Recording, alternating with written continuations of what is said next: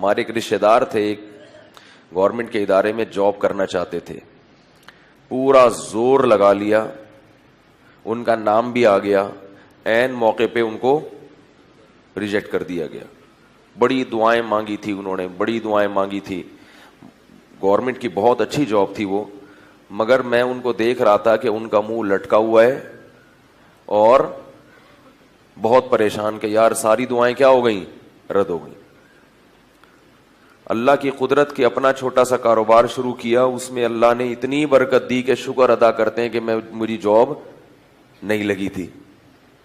تو ایک انداز یہ بھی ہوتا ہے دعا کی, بولو بھائی, قبولیت کا. یہ سب باتیں ان کے لیے ہے جو غیب پر ایمان رکھتے ہیں, اللہ اس کے رسول پر ایمان رکھتے ہیں.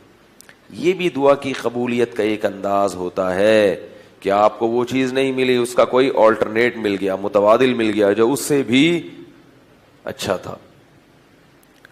آپ نے شفا کی دعا مانگی مریض کے لیے, مریض کو شفا نہیں ملی, مر گیا, لیکن اللہ نے اس کے بدلے میں اس کو وہاں اچھا ٹھکانہ دے دیا, ایسا ٹھکانہ کہ وہ کہتا کہ شکر ہے میں مزید زندہ نہیں رہا, زندہ رہتا تو کوئی گناہ نہ کر لیتا میں.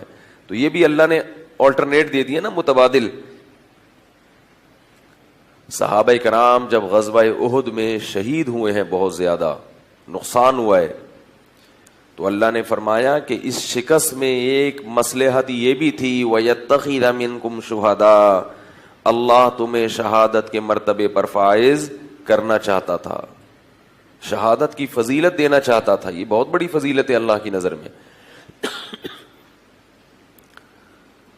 تو بعض دفعہ دعا ایسے قبول ہوتی ہے, اور بعض مرتبہ دعا ایسے قبول ہوتی ہے کہ جو چیز آپ مانگ رہے ہیں وہ نہیں ملتی, لیکن جو مصیبت آپ پر آنے والی تھی اللہ اس کے بدلے میں اس مصیبت کو آپ سے ٹال دیتے ہیں.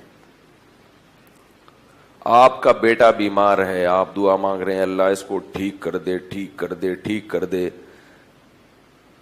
اللہ کے علم میں یہ بات تھی کہ اس کا دوسرا بھی بیمار ہونے والا ہے, اس کو بھی کیا ہونے والی ہے, بیماری. تو پہلا والا تو ٹھیک نہیں ہوا, لیکن دعاؤں کی برکت سے دوسرے سے بیماری کو اللہ نے ٹال دیا.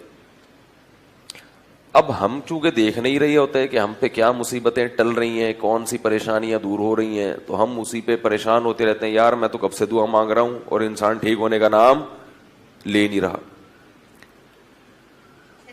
اور ایک انداز دعا کی قبولیت کا یہ بھی ہوتا ہے کہ کچھ نہ ہو, وہ دعا آخرت میں ڈپازٹ ہو جاتی ہے. وہ کیا ہو جاتی ہے, اللہ کے بینک میں جمع, اور اس پہ سود لگتا ہے. پھر کیا لگتا ہے, سود, بہت بڑا چڑھا کے, کیونکہ ابھی نہیں دیا نا, اس دعا کا نتیجہ ابھی نہیں ملا, تو بعد میں جب ملتا ہے. تو اللہ کا اصول ہے کہ اللہ کے پاس کوئی بھی چیز جمع کرائیں گے تو جب بعد میں ملے گی نا تو وہ بڑھا کے ملتی ہے, پھر کم قسطوں پہ چیز ہمیشہ مہنگی ہوتی ہے. تو جب بعد میں ملے گی, اللہ کہتے ہیں یا تو کیش لے لو, اور اگر ادھار پہ چاہیے, بعد میں چاہیے, تو پھر زیادہ دوں گا میں. کئی گنا بڑھا کر وہ آخرت میں اس کا اجر ملے گا. اور جب انسان اپنی آنکھوں سے اس دعا کے اثرات کو دیکھے گا تو وہ کہے گا کہ کاش میری کوئی بھی دعا قبول نہ ہوتی. اس لیے میرے بھائی, خوش قسمت انسان وہ ہے جو دعاؤں کو فوکس کرے اور اس بحث میں نہ پڑے کہ ہو رہی ہے قبول کے نہیں ہو. یقین کر لے ہو رہی ہے, ہو رہی ہے قبول. اللہ کی حکمت ہے, مصلحت ہے کہ مجھے اس طرح سے دکھا نہیں رہے, اس کی حکمت ہے, ہم نے مانگنا ہے. اور جو لوگ اللہ والے ہوتے ہیں, جن کے دلوں میں اللہ سے محبت, ان کو دعا کے ایک فائدہ تو کیش حاصل ہوتا ہے. دعا میں اور کوئی فائدہ ہو یا نہ ہو, یہ فائدہ ان کو فوراً حاصل ہوتا ہے, وہ ہے دل کی تسلی. اپنی فائل کہاں داخل کر دی ہے, اللہ کی عدالت میں. کیس کی سماعت کیا ہو گئی ہے, شروع ہو گئی. ایپلیکیشن اللہ کی فائل میں, بولو بھائی, اس پہ نمبر لگ گیا ہے, رجسٹریشن اس کی ہو گئی ہے. اب کب نمبر آتا ہے, ہمارا جو کام تھا ہم نے وہ کر دیا.